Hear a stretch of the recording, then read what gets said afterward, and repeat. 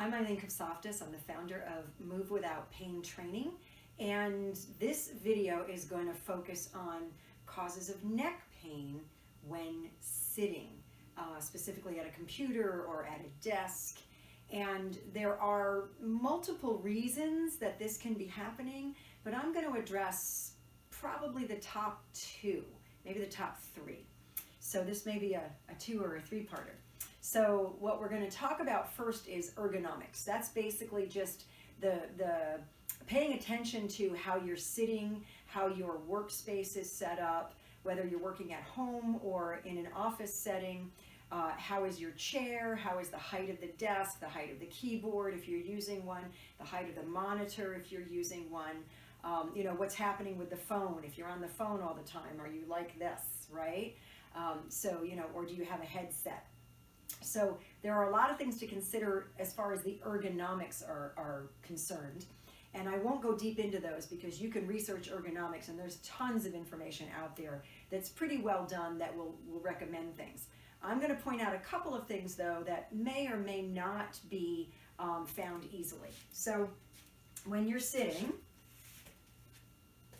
and just pretend I have a desk in front of me here, right?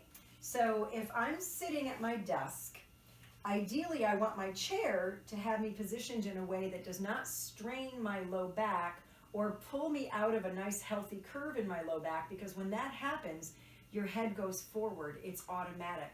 It's an anatomic reaction. You can't keep it from happening. And I'll show you what I mean.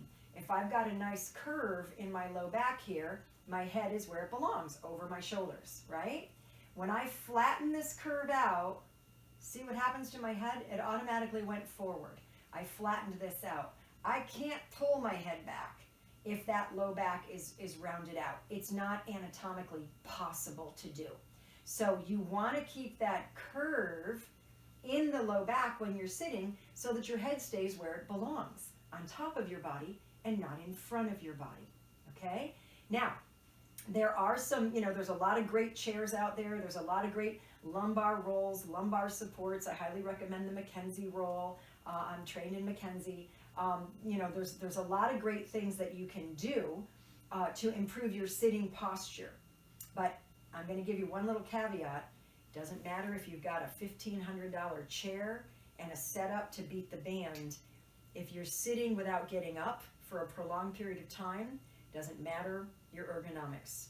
You're going to stress and strain your body. You're going to end up with your head forward. You're going to end up with issues, okay? So if I have a perfect setup, now this is an inexpensive folding chair, but it's a really nice folding chair. I got these for some events that I was hosting. And so when I sit back, this support here is really good, at least for my body size and shape. And these are meant for people up to, like, I think 300 pounds, 400 pounds. They're pretty sturdy chairs. So if I come back, you know, this is allowing my lumbar spine to stay in a nice healthy curve. My shoulders are back. But I want you to notice something. My hips are just a little bit lower than my knees, which is not ideal, right? I do actually want my hips a little bit higher than my knees. That does help me to keep a good curve. And for those of you who drive, and I'll do some videos on common causes of pain, different areas while driving, so I won't get off on that tangent. But usually when we're sitting in a car, our hips are lower than our knees, right? Which creates a lot of the problem. So for this said, you do want your hips to be a little bit higher than your knees. That's important. Now, as far as, you know, the keyboard, whether you have a rest here, everybody's a little bit different. You want to make sure that you're not like this, you know, your elbows are not, or your shoulders are not meant to be your earrings. And so you do want your arms relaxed. You want to be able to use this, you know, the mouse, what's happening here. So this is great, but most people when they're working tend to do this, right? This is especially when you get caught up in your work. You're looking at the screen, you're creating content, you're doing whatever you need to do, writing up a document, viewing a video, viewing a PowerPoint, any of that kind of thing. You're going to tend to do this. So now, no matter what this is, no matter how expensive it is or how well it's set up, it's useless because you're not using it, right? Now, I'm not saying you shouldn't bend forward because you're going to be involved in your work. What I am saying is you want to take frequent breaks from being sitting to kind of open up those hips and restore that lumbar spine. Because when you're doing this, not only is your neck stressed, but your whole body's stressed. And the more stress your body feels, the more your neck reacts to it. So what you want to do is you want to stand up regularly throughout the day. I typically will set my cell phone when I'm doing research and writing and that kind of thing. And you want to bend backward. Now, putting your hands here helps to give you a little bit of support. If you don't have a good extension bending backward, you know, you can go and lean up against a desk so that you've got some support. You can hang on to the desk and lean back. But what I'm doing here is I'm helping this spine that might have been stuck like this for hours, you know, to open up. Now, I don't recommend that you wait hours before you get up. I usually set my cell phone for about every 20 minutes or so that at least 3 times an hour, I'm getting up and I do 10 of these. This helps to open up the front of the hip, which locks short.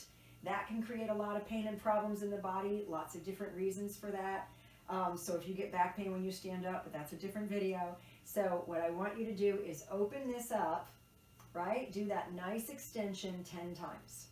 And then another really good strategy to do is to do what I call chair squats. You want to keep your knees back. Your heels are going to be under the chair. And you want to have your bottom go backward and down and do a chair squat. And I usually will do 10 of those.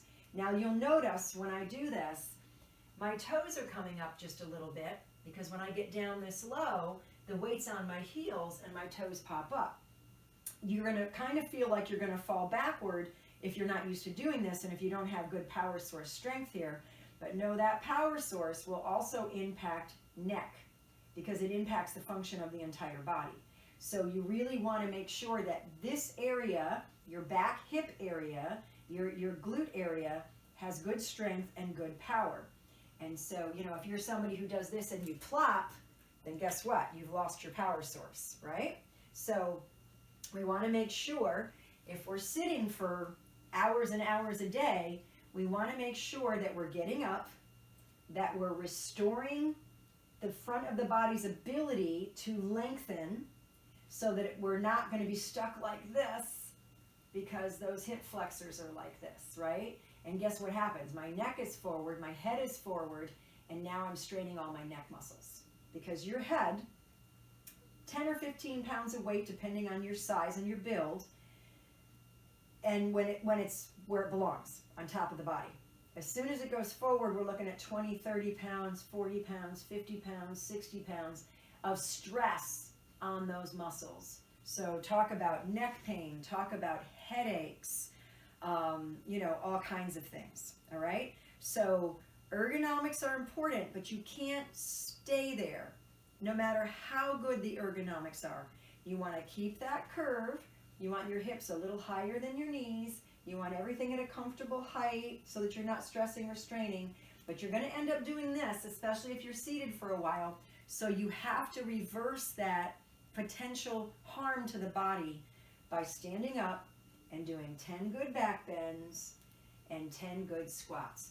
Now, if your knees aren't happy, if you have one knee that's not happy, you can put that foot forward a little bit, but you've got to keep your knees back against the chair because if you do this, now you're really kind of working the quads more. You're not really focused on the power source, and your knees might be annoyed.